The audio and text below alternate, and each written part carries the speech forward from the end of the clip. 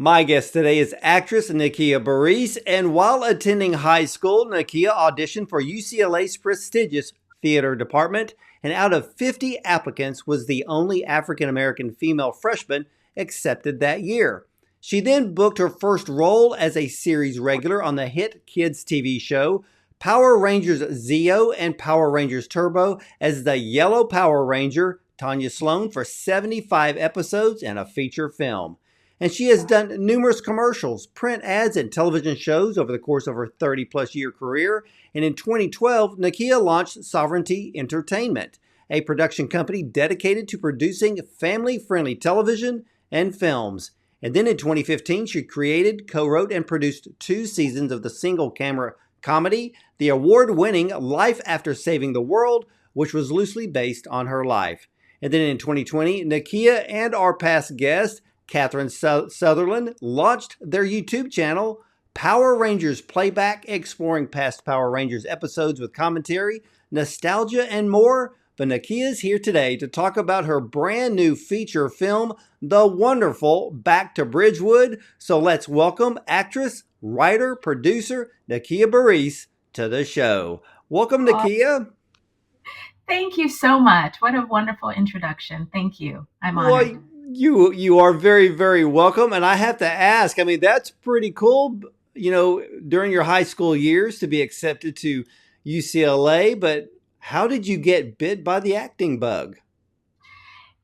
Ever since I was little, I always said I was going to be an actress, singer, dancer, model, and a cashier.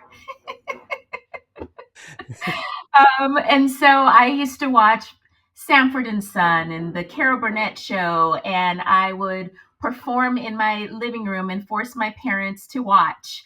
I just enjoyed entertaining and making people laugh. And I just come from a family of I would just say natural comedians. My father and my brothers, laughter is just a part of our healing medicine. And so I've always had a knack for performing ever since I was little.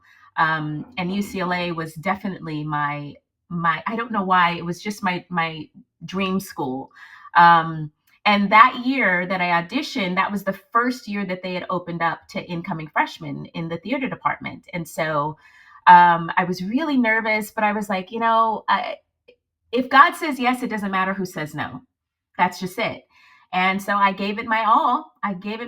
God opened up the door and allowed me to enter. So yay. Did you do any auditions prior to that? So I did theater auditions just in school. And then there was a program that opened up when I was in middle school called what was it called? It was for youths in Stockton, California. And it was, you had an audition to perform, and it was a traveling musical, and we would travel probably like a 30-mile radius throughout Northern California. And we have musicians, the actors. It was like a traveling Broadway. So it exposed us to musical theater at a young age, and we were getting paid for it. So yes, I would audition for plays in school and audition for the youth program. But this was by far like the biggest audition that I had. And I had put most of my eggs in that basket when I auditioned for UCLA. I had auditioned I had applied to other schools that were in surrounding areas, but I really, really wanted to get into UCLA, and God blessed me with it.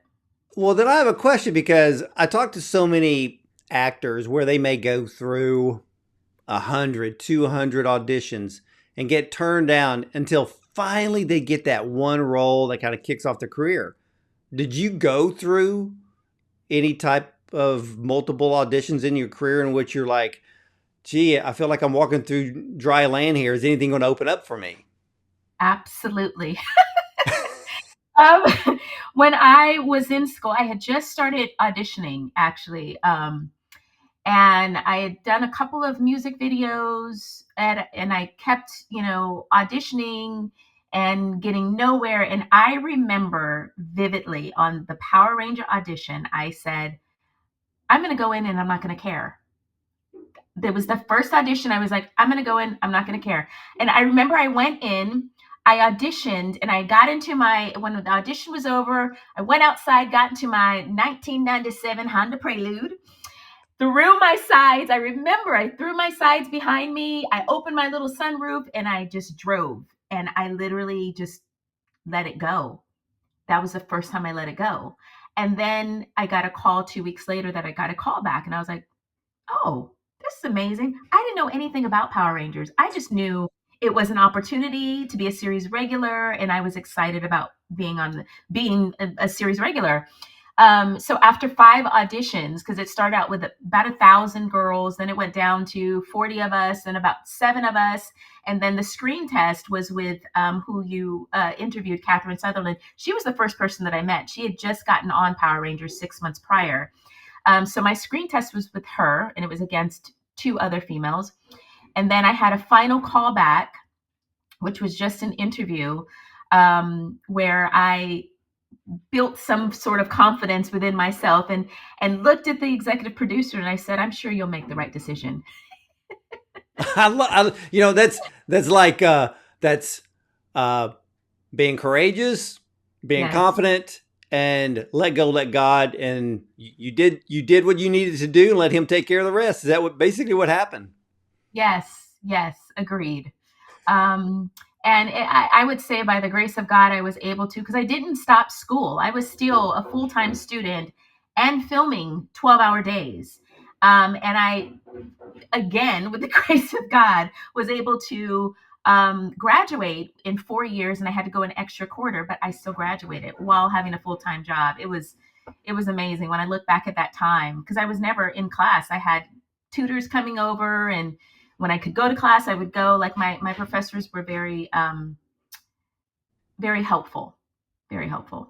Yeah, very very gracious. I would say, especially at UCLA. Now, your first role was becoming the Yellow Power Ranger. Overall, what was that experience like? Because I mean, 75 episodes and a feature film.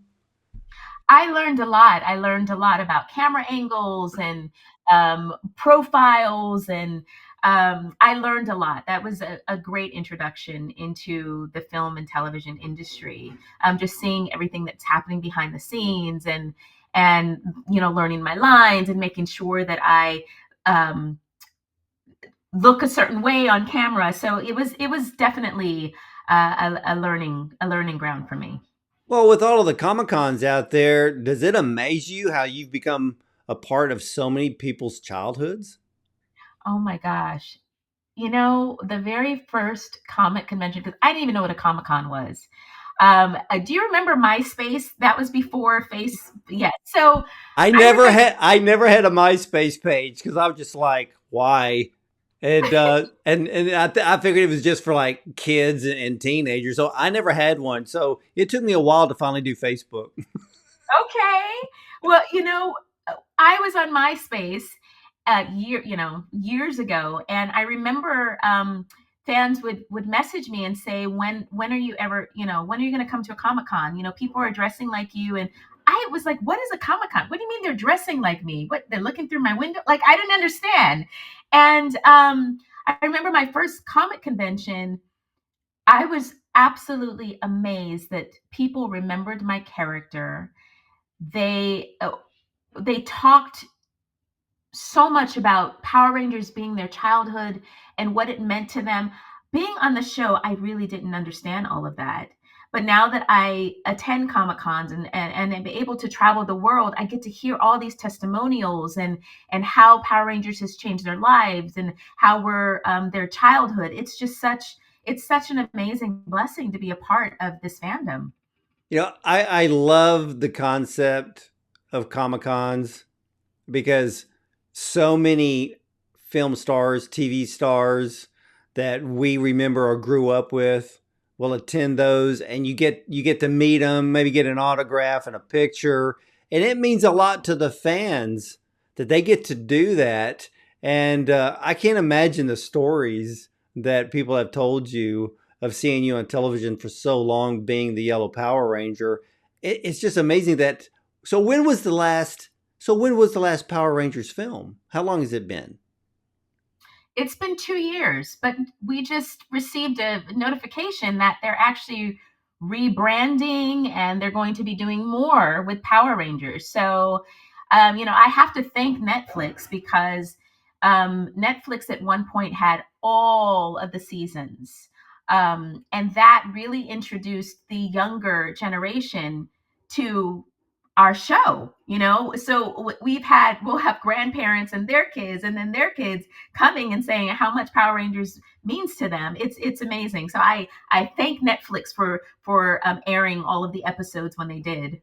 Yeah, it's really great. There is a positive side to streaming, and it does bring back a lot of the older programs that we can either relive or introduce the younger generation to so they'll see what we got excited about. But you have Yes. an exciting brand new feature film, Back to Bridgewood. What is it about? So Back to Bridgewood is, I will say, loosely based on my life. When I left Power Rangers, I didn't have a series to go to, like many actors. A lot of people think that once you're on a television series, you just offer jobs here and left and right. And that wasn't the case. I had, co-star roles, guest star roles, but I didn't have anything that was secure, I guess you would say. And so I started substitute teaching in the inner city in Los Angeles. And I was like, Lord, what am I doing here? But he gave me a story. I started watching these kids and the teachers, and I really didn't understand what teachers went through until I was there. Um, and so I start writing it. I start writing, like jotting down some of the sayings that some of the kids would say, and jotting down some of the, I would call them characters, some of the teachers that I met. And I was like, I've got to write about this. And so I started off with Class Dismissed, which was a YouTube series for 2 seasons. And that's where these characters that are in Back to Bridgewood started.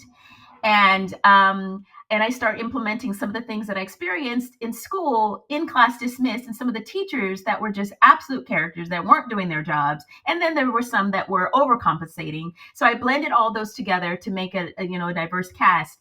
And after that ran for two seasons, I decided I wanted to make a feature film, but I wanted to add a godly aspect to it. I wanted to add some more of my faith, and so Back to Bridgewood was birthed. And Back to Bridgewood is about uh, a leading female character who has just really made it big in Hollywood and completely loses herself.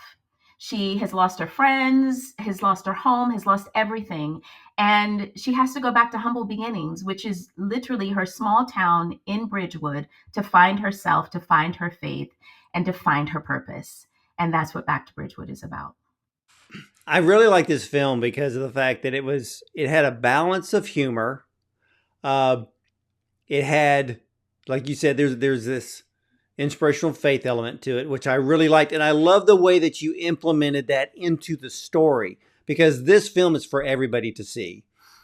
It also includes the characters that I went back and started making a list of all of the characters. And I noticed that it includes them who are forced to look inside at themselves to find out who they really should be. Because it wasn't just the lead character, your lead character, Liz Johnson. It was other characters that were really forced to do the same thing as Liz was, even though they weren't like a movie star.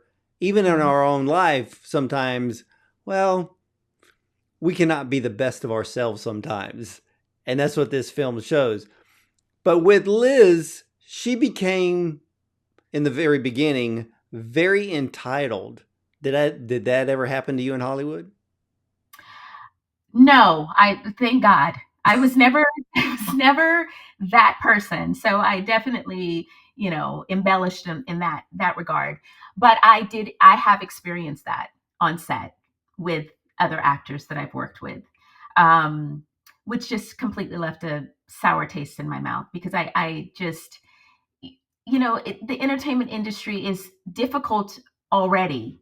you don't need to be on set and then to have more difficulty with someone that thinks that they are better than everybody else when we all eat the same, we all live the same, we're just human, and some have, more opportunities than others and are blessed with more roles, but we're all the same people. So no, I've met those kind of people. And so that's why I added that with Liz.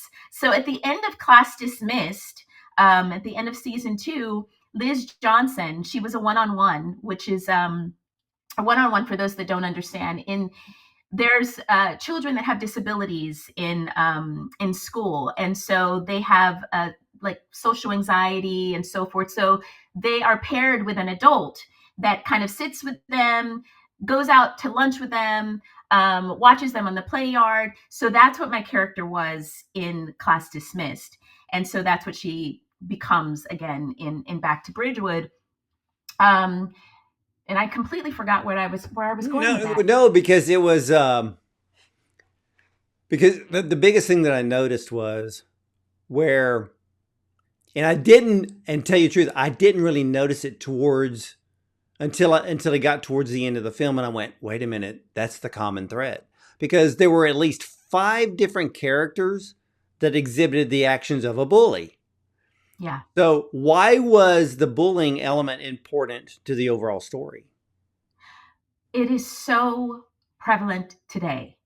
Every school that you go to, not just in school, but in life, people are bullied all the time.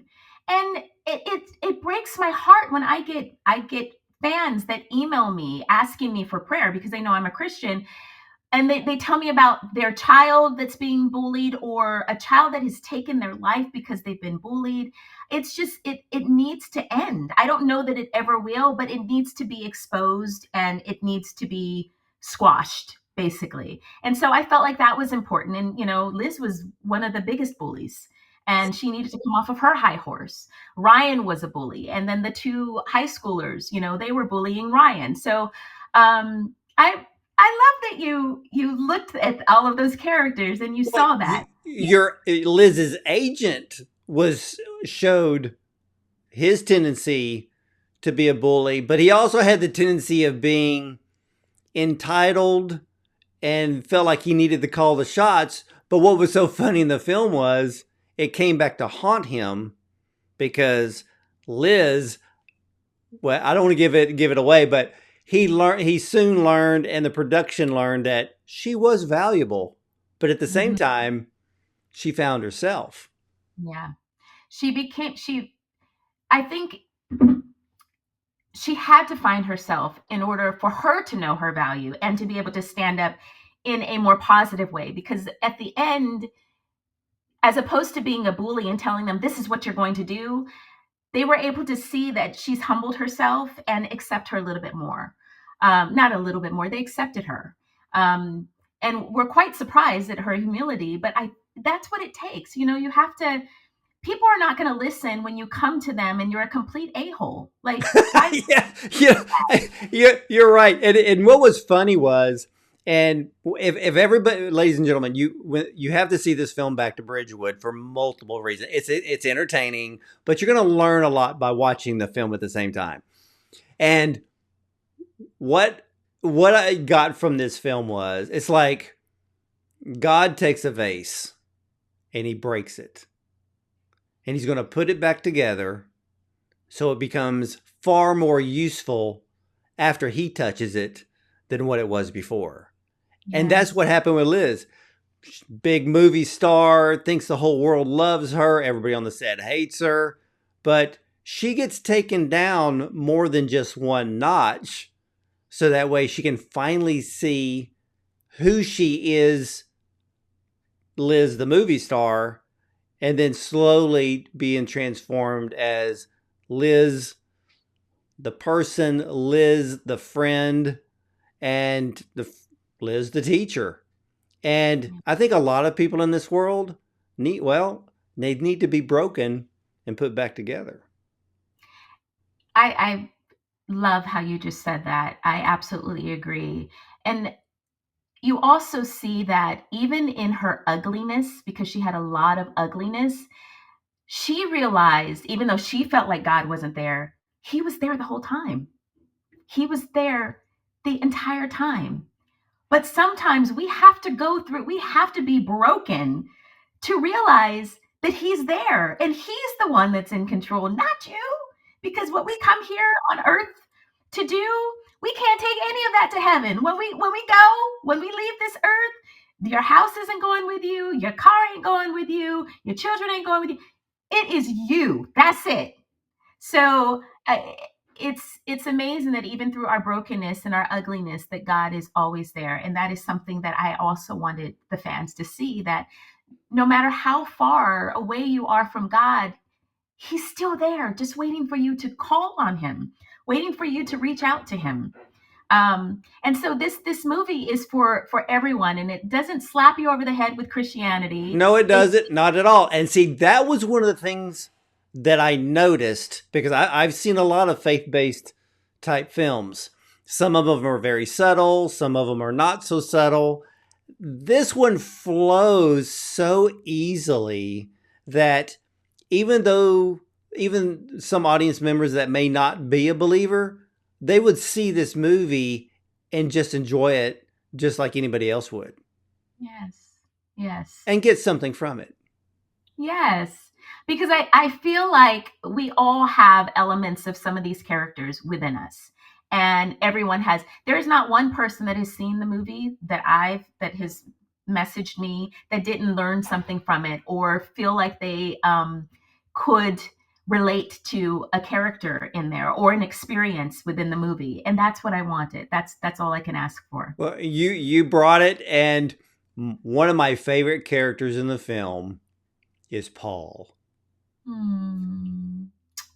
He's a mysterious, interesting character. I don't want to say who I think Paul really is. I want the audience to figure it out for themselves. But I was like, yeah, he was. I'm almost thinking if he was the secret glue to the whole thing. Oh, he was definitely the secret glue. Definitely. And it's interesting because those that have seen the movie, I asked them who was Paul to them, and I hear different answers. But I'm not going to go on that. Yeah. I don't want to say it because I know what I want to say, but I don't want, because if I say it, then I don't want to ruin it for people. I want them to figure it out for themselves. But I love the way that you place Paul in so slowly into the storyline, but he plays a profound part to the whole movie. Yeah. And a lot of Paul, we start to see rub off on Liz. And I think that rubbing off on Liz translates her in that scene with her mom, and which is a great scene. And I'll just say that. Thank you. Yes, it was, we had so many versions of so many different takes, and we decided to use this take because they were and I just think that it really flowed. One of the, and I've obviously seen the movie plenty of times, but there is a scene that every time I watch it, I cry. It takes me, yeah, I know. As if I hadn't seen the movie or been there when we were filming, but it's almost like God says something new to me every time that I see a particular part. And it's when Liz is searching for Paul and she realizes who he is and that he's always been there. Yeah. And the coolest thing about this is that I love the fact that every single main character, they stand out in their own way. From the PE teacher, I thought the principal was really funny, and then her little I call her little Karen sidekick. So, and I love the fact that you put her in squeaky shoes. I laughed every time I heard that because I just thought that was like, why can't people pay attention to details like that? Because even the sound of that added to her character. I love you, Ward. You just caught like everything. I love it. Yes. Yes. That was on purpose. Thank you. Well, yeah, I have to be a surgeon with these because I watch with so much film and to see through the eyes of the director or the writer. And, but I have to ask because, so the whole cast came from your other series, correct? Mm-hmm. Well, Yes. that must have been made casting pretty easy. It did. There's only one character that wasn't available and that was my best friend, the character that played Anne.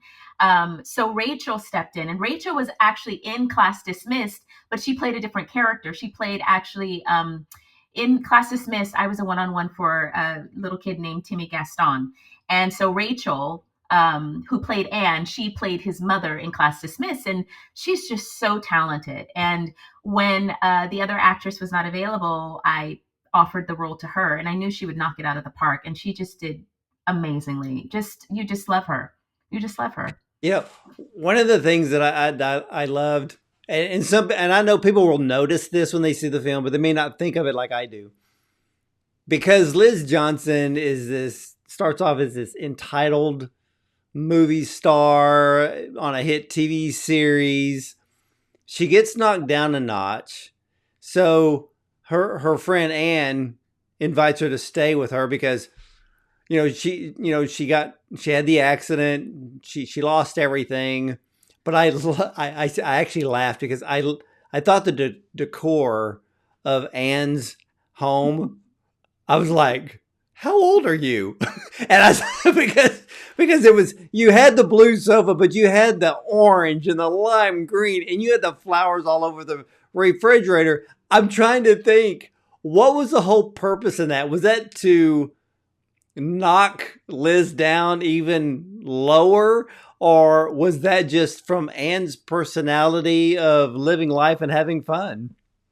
It was definitely Anne just living life and having fun. She was just a hippie, free spirit, and so that was her decor. And from her dresses to the flower in her hair to the way that she grew up, her mom was very much like that, and so she just kind of embraced it. And so it just, it was also another reminder when Liz returned home that these Anne is still the same person. She's always been there for her, whether Liz made it as a superstar or not. And you just saw that she was just humble. She was just herself. She was there to be a support to her and wasn't changing for anyone, Yeah. regardless.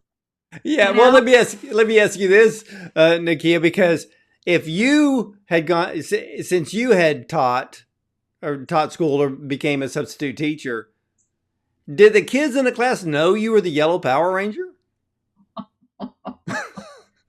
oh gosh, yes. And so that was some humble pie for me as well. Like, can you imagine you've been on a hit kids show and now you're a substitute teacher? Um, so yes, it was quite humiliating at times. I remember some of the kids like pulling up their phone and trying to secretly record, and I'd be like, "Put your phone down, put your phone." So it was like it was. So I added that as well because that's what I experienced. Liz experienced the same thing. She's inside of a classroom. She got a piece of humble pie, and that's exactly what I experienced being inside the classroom and students recognizing who I am and teachers recognizing who I am. And I'm sure that they had conversations like, wow, she's teaching now. She was on a television show. Like, but you've got to do what you've got to do to survive. And that's so I Yeah. did. Yeah. That it's not as big as if Brad Pitt ended up being a PE teacher at an elementary school. But yeah, I could see because you're in with the directors, the producers, you're on set, you're in front of the cameras, you've got wardrobe, and this is going on and on and every day you're doing this. And then all of a sudden, life breaks hard. And then there you are. So Yeah. how did you go from that? Because I love the fact that the film Back to Bridgewood mirrors a lot what you have done in your career. How did you go from that to creating your own production company? And what's it like being an independent filmmaker? I wanted to take the reins myself because I felt, especially during COVID time, that there were so many things that I just didn't agree with, and some of the things that were forced upon actors to do. And then I felt like um, some of the roles that I was going out for were fitting for me, but I wanted to bless people with work, number one, and I wanted to create my own. I don't want to have to answer to Hollywood. I want to be able to create jobs and opportunities for my very talented friends that don't have the opportunities. And I just want to tell family friendly, fun stories. And I feel like we're slowly getting away from that. I grew up, like I said, on the Carol Burnett show, Sanford and Son, all of these really great family friendly, the Jeffersons, all of these great sitcoms and all these great shows that were family friendly. And I just feel like we're seeing less and less of that. And I'd like to bring it back. And so uh, after substitute teaching for a period of time, my husband and I started a set company called Sets to Go, and we've had that company for over 20 years, and it has been an absolute blessing, and it has afforded me to be able to start my own production company, and to be able to finance my own film. And so I just want to create job opportunities for other people. I always say I want to be like kind of like the female Adam Sandler. If you watch Adam Sandler's movie, he has a lot of family friendly shows, of movies, but he also has his wife is in every movie. His daughters are now in every movie. You can anticipate seeing some of the same faces that you've seen in all of his other movies in each of his movies, his friends. And I just loved that. I loved that. And I was like, I want to do that. Yeah, it was funny because it's like I'm trying to remember some of the Adam Sandler movies when you look back. There was Mr. Deeds. Hmm. Um, I'm trying to think of the other ones. It was him and his friends. They were all dads. I'm trying to think of the title of that film. But you would That was, yes, I you know like exactly what yeah, because you you would yeah, because you would see the same characters, and I think that works, especially because I'm a big supporter of the independent filmmaker. And the public doesn't realize that the majority of the films that they see now, especially in streaming, those are really independent films, not made by the studios. Sure, you have Netflix, you have Apple, you've got Prime. They do have their own arm of producing their own content, but a lot of the content on those are independent filmmakers. It's even like at the Academy Awards. Some of the best picture nominees were independent filmmakers, not yeah. backed by a studio.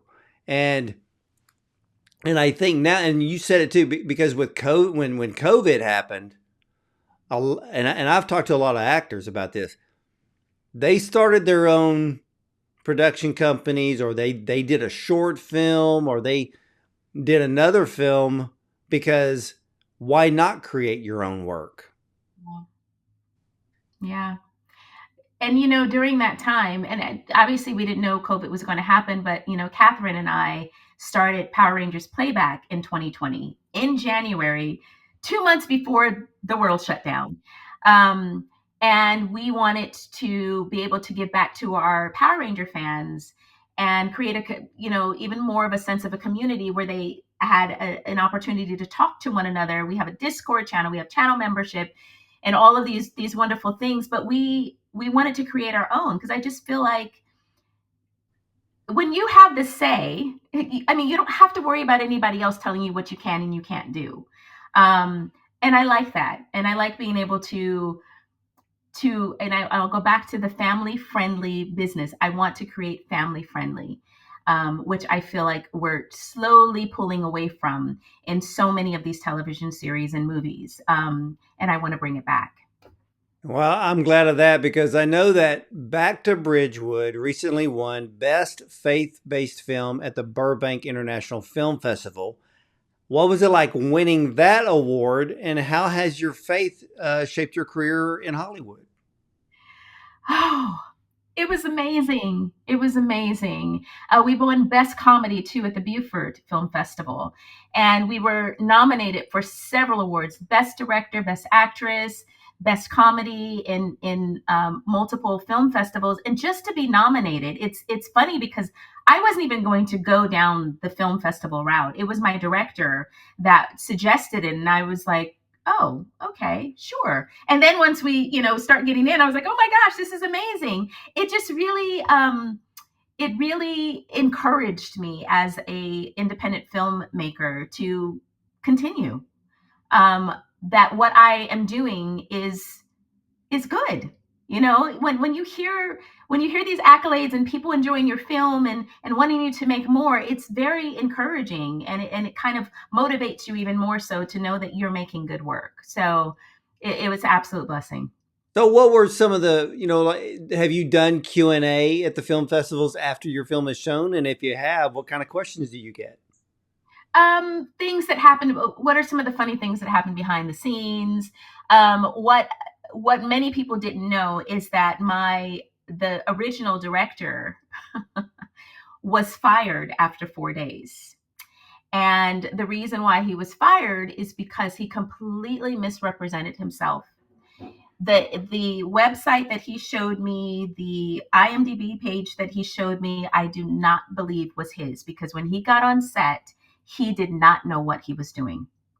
And I was livid because, I'm paying for all of this, paying for the sets, paying for the locations, and these are places you can't get your money back. So if I would have kept him on, this film that you see would not have been the film that was shown to film festivals or released. I don't even know. I saw some of the footage that he filmed, and it was atrocious, absolutely atrocious. And Kelsey Cook, who ended up it was her and this other gentleman that I had to decide between. And I ended up going with him because he had more experience, he said. On the fourth day, I was like, Lord, please help me. Please help me. And Kelsey lived in Tennessee. We were filming in California. I was on set, losing my mind, asking God to help me not do something that I wanted to do, because I really wanted to strangle him. And I called Kelsey, and I just, she said, can I call you back? I'm in church. And I was like, sure. I didn't tell her what it was about. She called me back and I said, do you still want to direct? And she was like, absolutely. Got her on a plane that night, fired him the next day, got my hard drives. She came in, and this was nothing but a godsend. And I have to say this because Kelsey and her husband were both supposed to be, Kelsey played my agent. She's also the director. And so her husband was supposed to play Bob, the head of the agency. So they were both supposed to fly in. A storm happened in Tennessee. And when I say if Kelsey wouldn't have gotten on that exact flight, she would have missed it. And I don't know what would have happened with production. It would have been prolonged, because after that flight, the airport shut down and he was not able to come. It's the way that God just worked everything out. It was just amazing. And she came in. This was her directorial debut, and I think she did an amazing job. She did a great job. Now, so she played your agent in the Yes. film. I Yes. kept looking at her thinking, I know who that is, because I've seen it. She's also an actress too. Yes. Yes, she is. She is. That's wow. Filmmaking, it's like I tell people, there's a magic to filmmaking, but you also have to expect that there's miracles in filmmaking. Yes. Yes. There's so much that happens in pre-production that people are not aware of. And then fires that you have to put out during production as well that people are not aware of.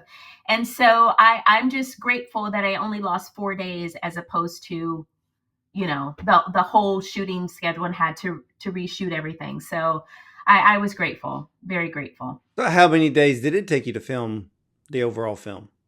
Well, it's funny. The original film shoot was only 2 weeks.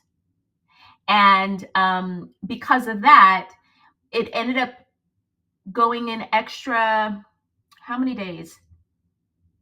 So we did the 2 weeks and then we needed to reshoot a couple of things. So then we had one more day of reshoot. So actually, it was still only like 14, 15 days of shooting.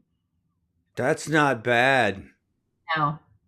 I mean, that's almost double what a short film does nowadays. And now most of the features are done in 21 to 28 days.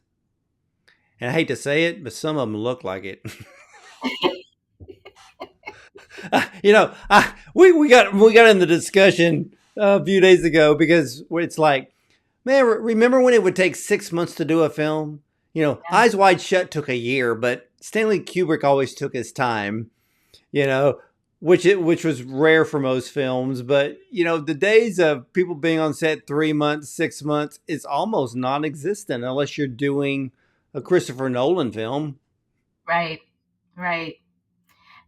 My budget didn't allow it to go beyond that. So we needed to stay within a certain amount of time, and it worked out. So do you have new scripts, new movie ideas coming out? I have a few television series that I have developed, scripts that I've written, and right now I'm working on a comic book series that I want to turn into a television series called The Never Never Kids, and it is an action based superhero story. I got the little comic book writing bug when I wrote my first story that came out in November in Boom Comics called Tanya's Heavy Metal Rescue. Um, I had never written a comic book before. And so my business partner, JD Sutphin, was like, Nakia, you should reach out to Boom because they're doing Power Ranger stories. And, I had never returned to the show after I left, and some of my castmates had.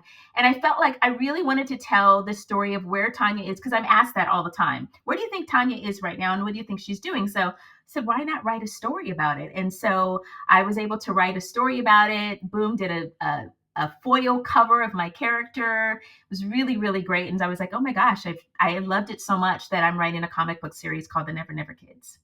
And So a comic book series, or is this going to be an animated TV series?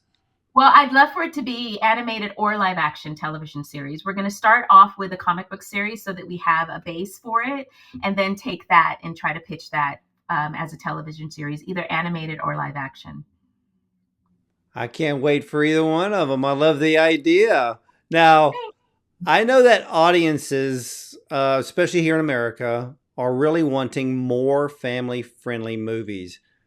But is Hollywood listening to the audiences, or are they just forcing their ideas and content onto the viewing public? That's a very, very great question. I think that, as we were talking even before this interview, I think that it's changed. Hollywood has changed a lot. Like we see of a lot more R-rated things than we did when I grew up. And it's a lot more acceptable. But we are really missing the family friendly element.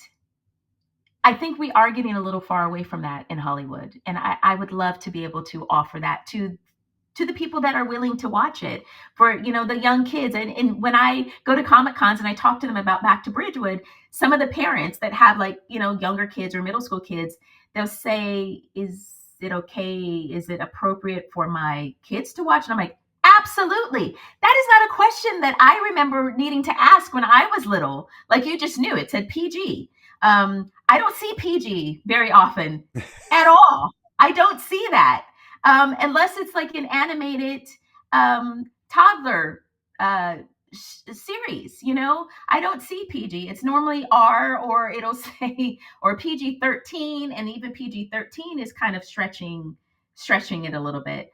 But I would love to just bring back PG for those who are interested. And there are a lot of families and a lot of people that are interested in seeing PG movies again. Oh, you're right. I was talking with another filmmaker, I think it was just a few days ago, and I had just seen the film with Woody Harrelson called Last Breath. And I said, it was so awesome. It's intense. You're on the edge of your seat through the whole movie. And her first question was, is there any cussing in it? And I went, I don't know. I was paying so much attention of being tense the whole time that I think a cuss word, if it was said at all, was maybe twice. And she's like, okay, I'll think about it. I mean, so there are those people who literally will not watch a film if someone cusses. Right. And but ladies and gentlemen, Back to Bridgewood is extremely family friendly. So no worries there. And, but I get that, with what I call the rise or the increased rise of the independent filmmaker, I think that we're seeing people make films that they want to see, that they feel safe, that their family will watch, and share with their friends. And I think we're going to see a major comeback, with these types of films, not only coming to the theater, but coming to streaming and coming to television. So I can't wait to see what else you're going to do. Oh, thank you. Thank you so much. I believe that as well. And I want to be one of those people that bring this to the world, God willing. I love it. Now, where can everybody see Back to Bridgewood? So it's on several platforms: Apple TV, Amazon, Fandango, In Demand, YouTube, Viewkey. And if you just type in "where can I watch Back to Bridgewood," it'll show you all of the different platforms that it's available. I love it. I love it. Ladies and gentlemen, Back to Bridgewood is a heartwarming comedic tale reminiscent of Bruce Almighty meets Abbott Elementary on the silver screen. Now, Liz Johnson, played by none other than Nakia Burrise, a privileged sitcom star, faces a drastic turn in her life after an accident lands her in a coma for 3 months. But upon awakening, she confronts the harsh reality of losing everything: her job, Hollywood status, and financial security. Now, I'm not going to spoil this movie for you, so you have to see it for yourself. And it is a wonderful film for the whole family, and may even cause you to look inside your own self so a better version of you can come out. Now, you can catch Back to Bridgewood on Apple TV Plus, Amazon Prime, as well as Fandango, and more. Just like Nikia said, go online, Google it. Where can I watch Back to Bridgewood?